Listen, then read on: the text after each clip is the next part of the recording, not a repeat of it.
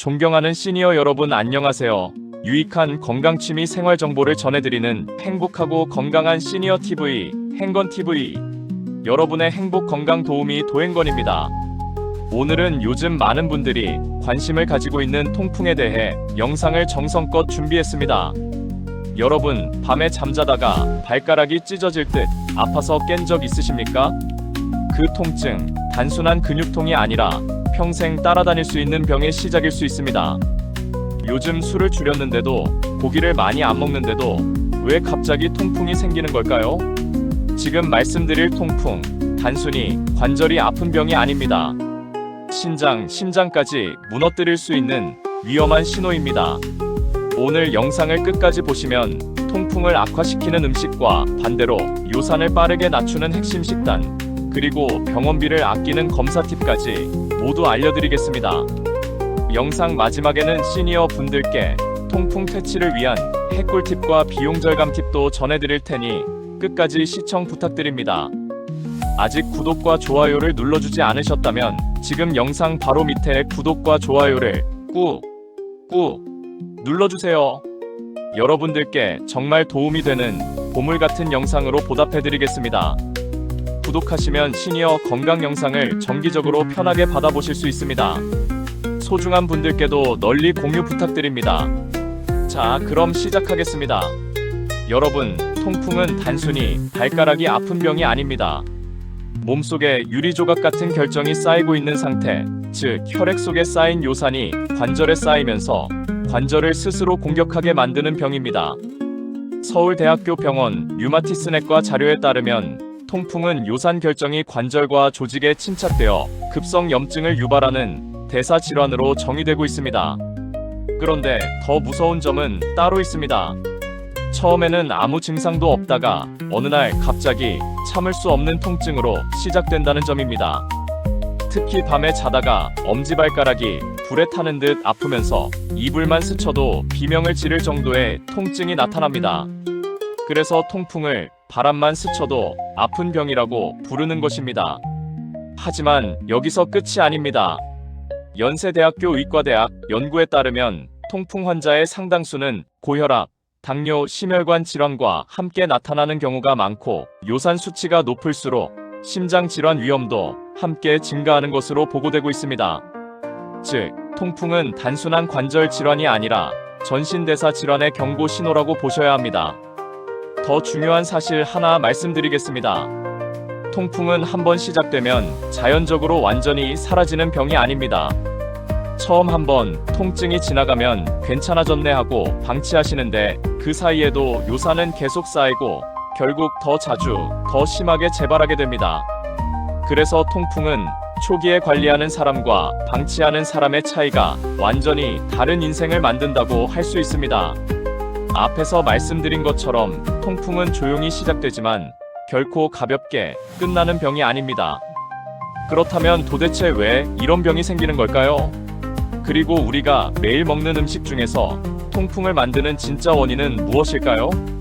뒤에서 많은 분들이 잘못 알고 있는 음식 습관과 통풍을 만드는 결정적인 원인을 하나씩 아주 쉽게 풀어서 알려드리겠습니다. 여러분, 통풍으로 한번 쓰러지면 그 통증은 평생 기억에 남습니다. 한 시니어 환자분은 차라리 뼈가 부러지는 게 낫다고 말할 정도였습니다.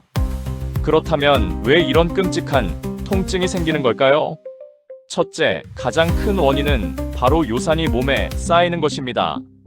요산은 우리가 먹는 음식 중 퓨린이라는 성분이 분해되면서 생기는데, 문제는 이 요산이 몸 밖으로 제대로 배출되지 않으면 혈액 속에 계속 쌓이게 된다는 점입니다. 여기서 많은 분들이 착각하십니다.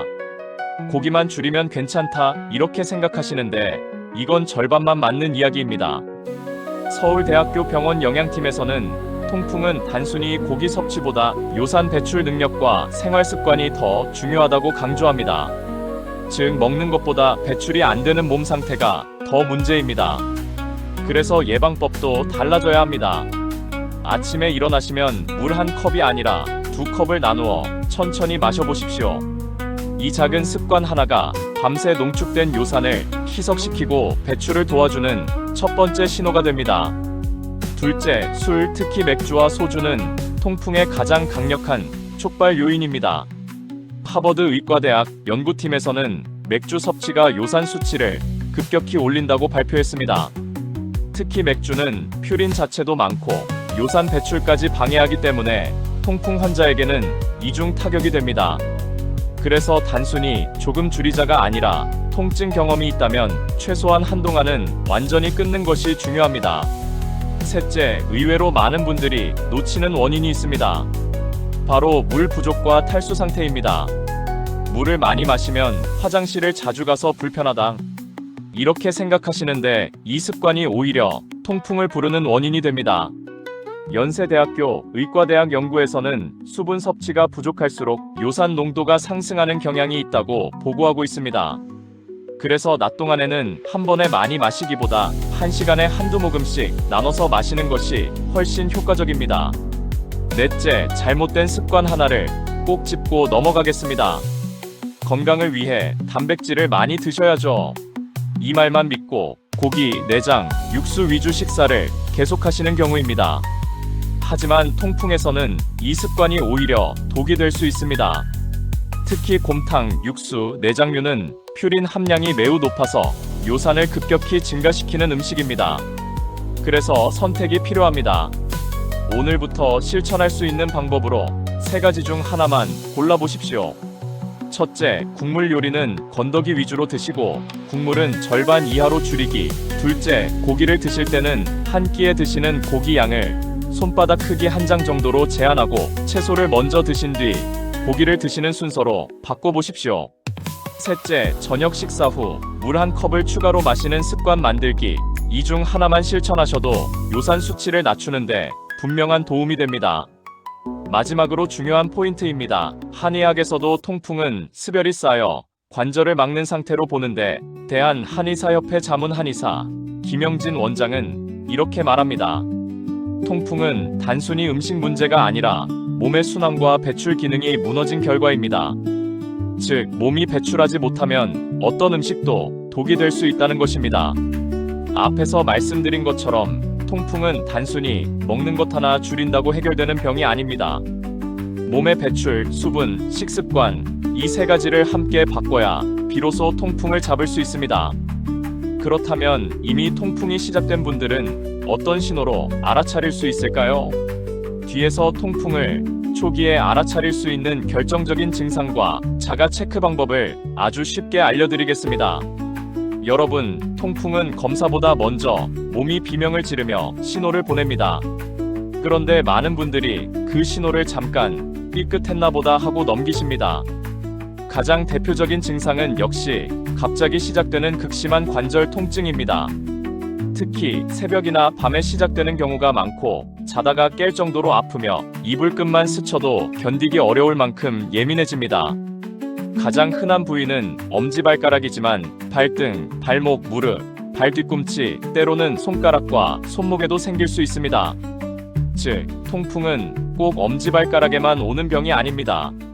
서울 아산병원 류마티스내과 설명처럼 급성 통풍 발작은 짧은 시간 안에 관절이 붉어지고 붓고 뜨거워지고 만지기 힘들 정도로 아파지는 것이 특징입니다.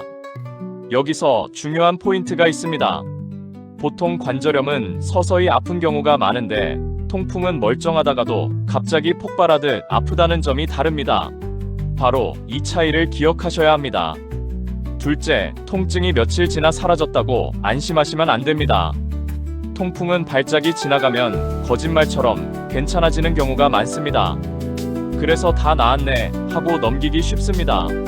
하지만 그 사이에도 요산 결정은 계속 쌓입니다. 셋째, 반복 횟수도 중요한 신호입니다. 처음에는 1년에 한 번 오다가 나중에는 몇 달에 한 번, 심하면 더 짧은 간격으로 반복됩니다. 통증 부위도 한 곳에서 끝나지 않고 점점 늘어날 수 있습니다. 넷째, 관절 주위에 딱딱한 혹처럼 만져지는 것이 생기면 이미 오래된 통풍을 의심해야 합니다.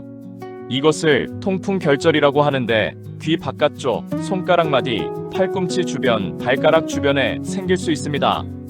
2단계까지 가면 단순한 통증 문제가 아니라 관절 변형 위험까지 생각하셔야 합니다. 그렇다면 지금부터 아주 간단하게 자가 점검을 해보겠습니다. 1. 밤이나 새벽에 발가락, 발목, 무릎이 갑자기 심하게 아픈 적이 있었다면 2점입니다. 2. 관절이 붉어지고 뜨거우며 붓는 증상이 함께 있었다면 2점입니다. 3. 이불이 스치기만 해도 아프거나 신발 신기가 힘들 정도였다면 2점입니다. 4. 통증이 며칠 안에 줄어들었다가 나중에 다시 반복된 적이 있다면 2점입니다. 5. 평소 술, 육수, 내장류, 과당 많은 음료를 자주 드시는 편이라면 1점입니다. 6. 건강검진에서 요산 수치가 높다고 들었거나 신장 기능이 좋지 않다는 말을 들은 적이 있다면 1점입니다. 이렇게 해서 총점이 4점 이상이면 통풍 가능성을 꼭 의심해 보셔야 하고 6점 이상이면 다음에 보자가 아니라 검사 시기를 앞당겨야 하는 상태라고 보셔야 합니다. 대한 류마티스 학회에서도 통풍은 조기 진단과 요산 조절이 재발 예방의 핵심이라고 강조합니다. 앞에서 말씀드린 증상 중 하나라도 내 이야기 같은데 싶으셨다면 절대 참으면서 버티지 마십시오. 통풍은 참는다고 지나가는 병이 아니라 참을수록 더 자주, 더 넓게 번지는 병입니다. 그렇다면 실제로 통풍은 얼마나 흔해지고 있는 걸까요? 그리고 우리나라 시니어분들 사이에서 왜 더 빠르게 늘고 있는 걸까요? 뒤에서 국내외 통계와 최근 흐름을 통해 통풍이 왜 더 이상 남의 병이 아닌지 쉽고 충격적으로 알려드리겠습니다. 여러분, 통풍은 이제 드문 병이 아닙니다. 오히려 조용히 그러나 빠르게 늘고 있는 병입니다. 건강보험 심사평가원이 발간한 2023년 생활 속 질병과 진료행위 통계를 보면 통풍은 2018년부터 2022년까지 환자 수 추이와 진료비 추이가 함께 제시될 만큼 꾸준한 증가 흐름을 보인 질환입니다. 즉, 한두 사람의 특별한 병이 아니라 우리 주변에서 점점 흔해지는 병이라는 뜻입니다. 국내 흐름을 보면 남성이 훨씬 많습니다. 건강보험 심사평가원 자료에서는 2019년 통풍 수진자 수가 약 46만 명이었고 남성이 여성보다 약 12배 많았으며 연령대별로는 50대 환자 비중이 가장 큰 것으로 나타났습니다. 시니어 세대로 갈수록 고혈압, 비만, 당뇨, 신장기능 저하가 함께 나타나기 쉬워 통풍 위험도 같이 커지는 흐름을 보입니다. 해외 통계도 비슷합니다. 2024년 더 랜서 루머탈러지에 실린 세계 질병 부담 연구에서는 전 세계 통풍 유병률이 여성보다 남성에서 3배 이상 높았고 나이가 들수록 유병 부담이 커지는 경향이 확인되었습니다. 또 2024년 역학 리뷰에서는 전 세계 통풍 유병률이 대체로 1%에서 4% 범위로 보고되며 선진국일수록 더 흔하고 전체적으로는 증가 추세라고 정리했습니다. 여기서 시니어 분들이 꼭 기억하셔야 할 점이 있습니다. 예전에는 통풍을 고기 많이 먹는 중년 남성병 정도로 가볍게 생각했지만 지금은 그렇지 않습니다. 식습관 서구화, 음주, 비만, 과당 음료, 만성질환 증가가 겹치면서 통풍이 더 넓은 연령층으로 퍼지고 있고 한번 시작되면 재발 관리까지 길게 가는 병이 되고 있습니다. 즉, 통풍은 잠깐 아프고 끝나는 유행성 통증이 아니라 앞으로 더 흔해질 가능성이 큰 생활습관병이자 대사질환이라고 보셔야 합니다. 그래서 지금 관리하는 분과 나중으로 미루는 분의 차이가 훨씬 커질 수 있습니다. 자, 그럼 잠시 눈을 쉬셨다가 다음으로 실제 사례와 검사 및 여러가지 치료 방법에 대해 알려드리겠습니다. 영상 마지막에는 시니어 분들께 통풍 퇴치를 위한 핵꿀팁과 비용 절감 팁도 전해드릴 테니 끝까지 시청 부탁드립니다. 아직 구독과 좋아요를 눌러주지 않으셨다면 지금 영상 바로 밑에 구독과 좋아요를 꾹 눌러주세요. 여러분들께 정말 보물 같은 영상으로 보답해드리겠습니다. 구독하시면 시니어 건강 영상을 정기적으로 편하게 받아보실 수 있습니다. 소중한 분들께도 널리 공유 부탁드립니다. 자, 다음 이야기를 시작하기 전에 오늘 주제와 딱 맞는 깜짝 퀴즈 하나 드리겠습니다. 통풍 통증이 한번 지나가면 괜찮아졌다 생각하고 그냥 넘기시는 분들 많으시죠? 그런데 이 행동 하나 때문에 통풍이 더 자주, 더 심하게 반복된다는 사실 알고 계셨습니까? 자, 그럼 문제 드리겠습니다. 통풍이 한번 지나간 뒤 절대 하면 안 되는 행동은 무엇일까요? 보기 드리겠습니다. 첫째, 물을 조금 더 마신다. 둘째, 통증이 없으니 병원 검사를 미룬다. 셋째, 식단을 가볍게 조절한다. 넷째, 관절을 쉬게 한다. 이 중에서 통풍을 더 악화시키는 가장 위험한 행동은 무엇일까요? 정답은 영상 중반에 공개됩니다. 자, 그럼 다음 이야기 바로 시작하겠습니다. 여러분, 통풍은 처음 한 번을 가볍게 넘기는 순간 그 다음부터가 더 무서워집니다.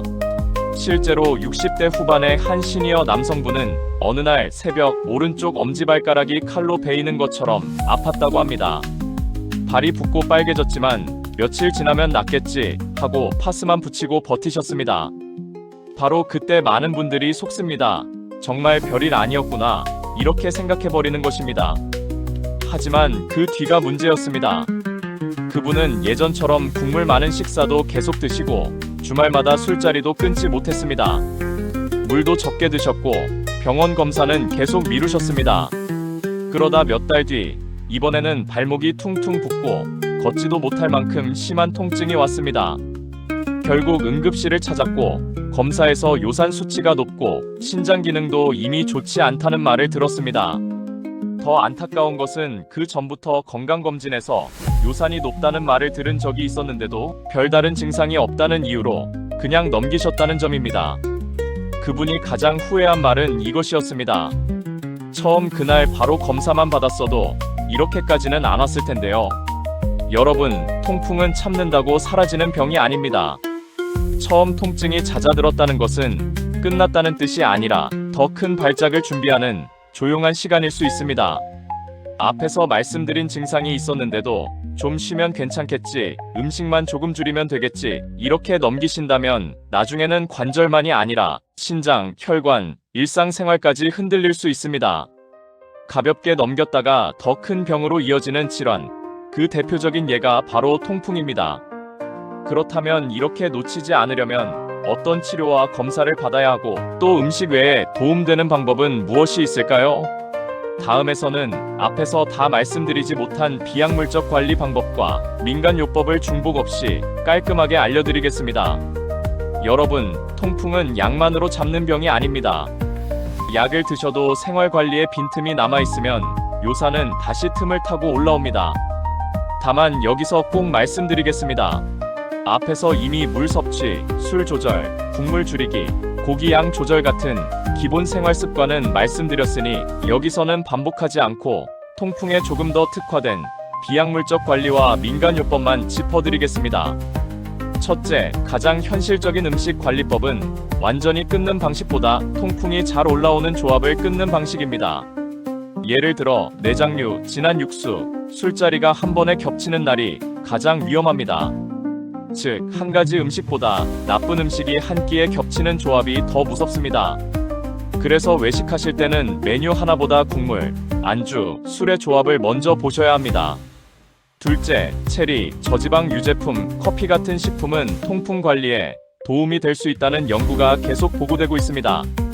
미국 보스턴 대학교 의과대학 연구팀은 체리 섭취가 통풍 발작 위험 감소와 관련이 있다고 보고했고, 미국 메이오 클리닉도 저지방 유제품이 요산 조절 식단에서 도움이 될 수 있다고 안내합니다.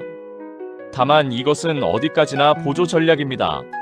많이 먹는다고 치료가 되는 것은 아니고 당이 많이 든 체리 음료나 가공 제품으로 바꾸면 오히려 역효과가 날 수 있습니다. 셋째, 민간요법을 고르실 때는 염증을 줄여준다는 말보다 신장에 무리를 주지 않는가를 먼저 보셔야 합니다. 통풍 환자 중에는 이미 신장 기능이 약한 분이 적지 않기 때문입니다. 그래서 이름 모를 농축액, 환, 분말을 여러 개 겹쳐 드시는 습관은 조심하셔야 합니다. 대한신장학회에서도 신장 기능이 떨어진 환자는 건강기능식품과 한약재 성분을 의료진과 상의하라고 강조합니다. 넷째, 한의학적 접근에서는 급성으로 붓고 뜨거울 때와 만성으로 뻣뻣하고 반복될 때를 다르게 봅니다. 대한한의사협회에서는 통풍은 열감과 부종이 강한 시기에는 자극적인 찜질보다 상태를 구분한 접근이 중요하다고 설명합니다. 즉 무조건 뜨겁게 찜질하거나 무조건 세게 주무르는 방식은 오히려 통증을 키울 수 있습니다. 다섯째, 집에서 할 수 있는 가장 안전한 비약물적 방법은 관절을 쉬게 하면서 높이를 약간 올리는 것입니다. 특히 급성 통증이 올라온 날에는 억지로 풀겠다고 걷거나 마사지를 하기보다 아픈 부위를 심장보다 약간 높게 두고 움직임을 줄이는 편이 낫습니다. 그리고 열감이 뚜렷할 때는 짧게 냉찜질을 하는 것이 도움이 될 수 있습니다. 여섯째, 시니어 분들께 권하고 싶은 음식 기록법이 있습니다.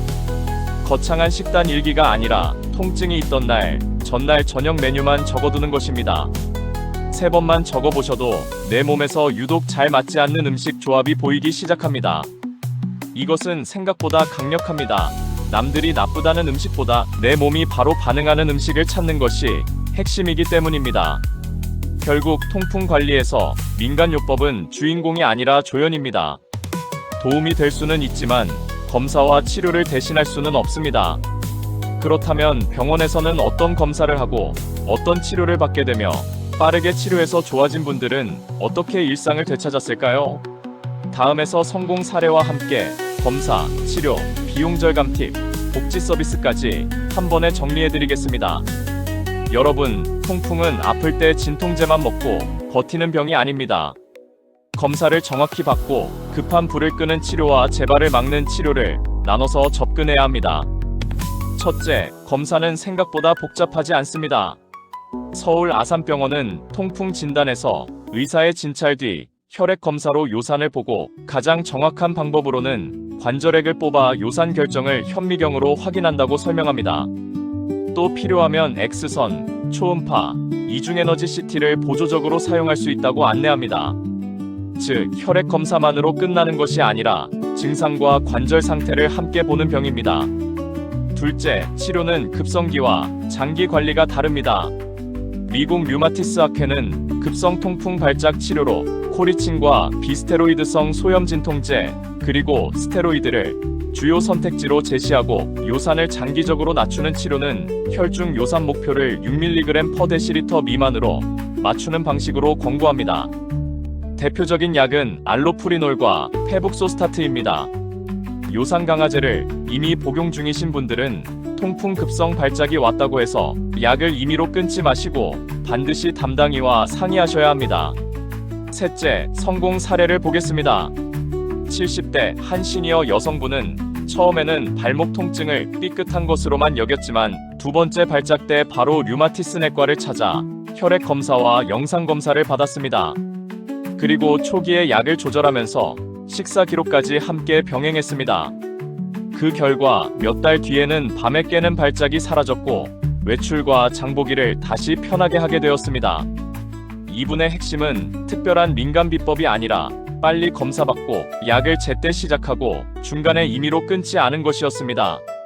넷째, 비용 절감 팁도 꼭 기억하십시오.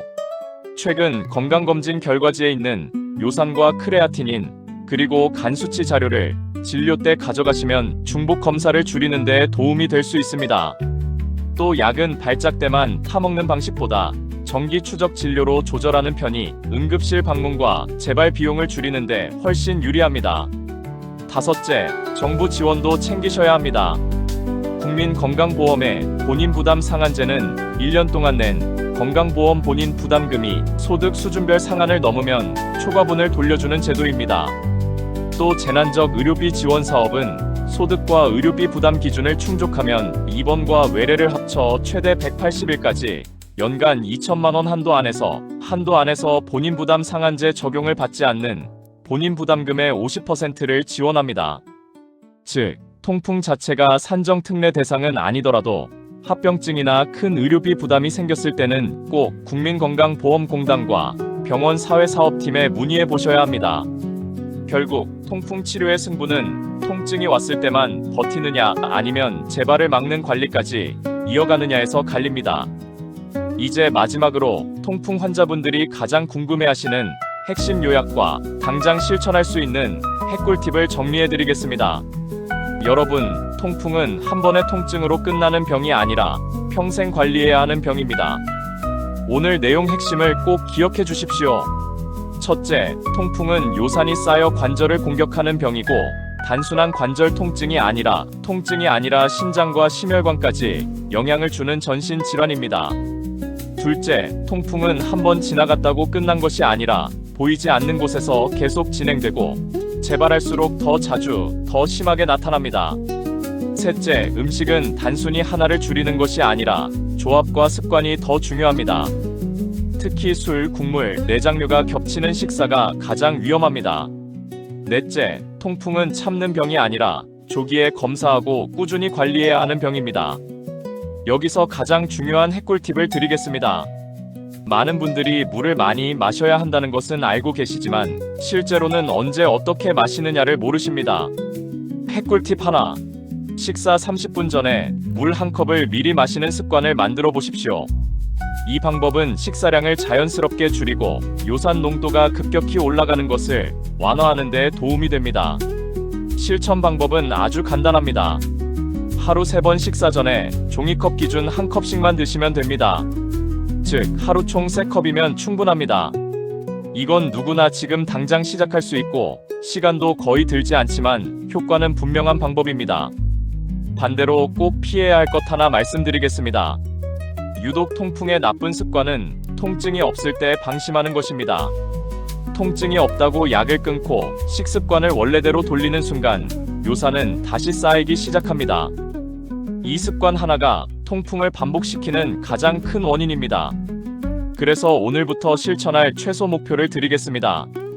첫째, 식사 전 물 한 컵, 하루 3회 실천하기. 둘째, 통증이 없을 때도 최소 1년에 한 번 요산 수치 확인하기.